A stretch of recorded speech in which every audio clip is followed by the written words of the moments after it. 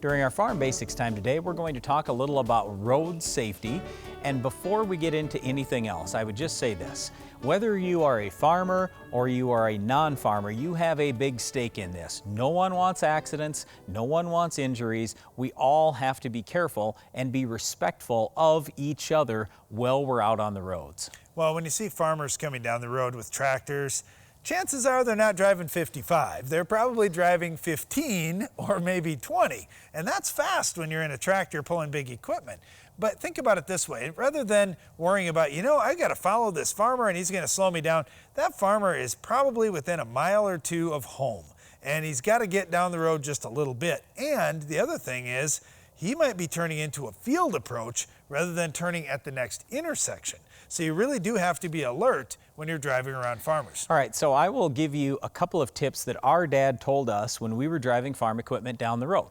Number one, he said, make absolutely sure you are staying on the road. You are not to drive on the shoulder, because he said once you get off onto the shoulder, you've given up your rights to the road, and that's not right. You have every right to be on the road and use the road, but just make sure, obviously, you are careful. Use your flashers, make sure all your lights are working, make sure your equipment is properly maintained so it can go down the road properly.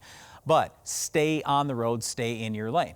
The other thing that he told us is, if you're ever coming up around farm equipment, if it's got a slow-moving vehicle sign on it, and I didn't know this until he told me, he said it's the law, you've got to slow down to the speed of the slow-moving vehicle before you go around it. So if it's going 15, you can't just zip around at 60 miles an hour. That is absolutely not safe. He said you got to slow down to 15. Now you can go around that vehicle. The other thing is, you have to keep in mind, can the farmer see you? If you're pulled up very close behind a wagon or a large truck, the farmer may not be able to see you. Chances are, if you can't see them, they probably can't see you either. So make sure you're keeping a safe distance between yourself and the farm equipment. That way the farmer knows you're there and he can watch out for you just like you're watching out for him.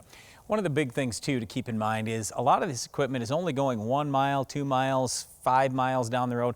It's not going to be on the road very long.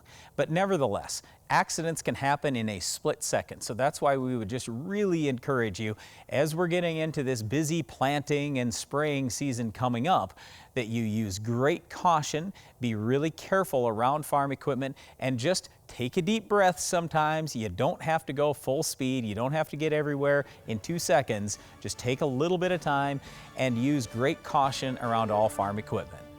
And you never know where farm equipment's going to pop up, especially if they have to spray for our Weed of the Week. Can you identify this week's weed?